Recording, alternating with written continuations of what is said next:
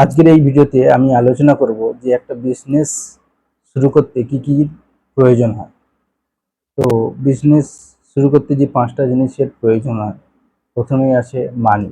অর্থাৎ মানি ছাড়া আমরা কিন্তু কোনো বিজনেসই স্টার্ট করতে পারবো না।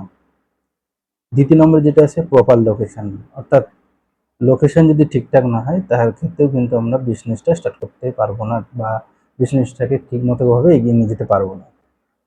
3 নম্বর যেটা আছে ধৈর্য, অর্থাৎ সব ক্ষেত্রেই ধৈর্যটা কিন্তু খুবই গুরুত্বপূর্ণ। অর্থাৎ তোমাকে ধৈর্য ধরতেই হবে একটা বিজনেসকে দান করতে, স্ট্যান্ড করতে। ঠিক আছে? 4 নম্বরে যেটা আছে সেটা হচ্ছে যে কাস্টমারের সাথে ভালো ব্যবহার। অর্থাৎ কাস্টমারকে যেন নিজের রিলেটিভের মতো বানিয়ে ফেলা, যাতে করে সেই কাস্টমারটা তোমার দোকানে বারে বারে আসে। আর পঞ্চম যেটা আছে সেটা হচ্ছে প্রফিট।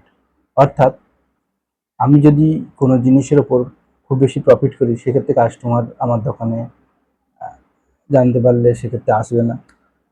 বা খুব কম প্রফিট করলেও কি হবে, তখন কি হবে না, আমি বিজনেসটাকে রান করতে পারবো না। অর্থাৎ আমি কম প্রফিট করলে যে মাল বা আমি তুলবো বা স্টক করব, অথবা আমার ফ্যামিলি রান করতে সেক্ষেত্রে প্রবলেম হবে। তো এই হলো 5টা জিনিস যেগুলো একটা বিজনেস শুরু করার প্রথমেই আমাদের দিকে খেয়াল রাখতে হবে, তারপরেই আমাদের বিজনেসের দিকে এগিয়ে যেতে হবে। এই 5টা যদি তোমরা ফলো করো, অবশ্যই একটা বিজনেস সঠিক জায়গায় দাঁড় করাতে পারবে একদিন না একদিন তোমরা। ধন্যবাদ।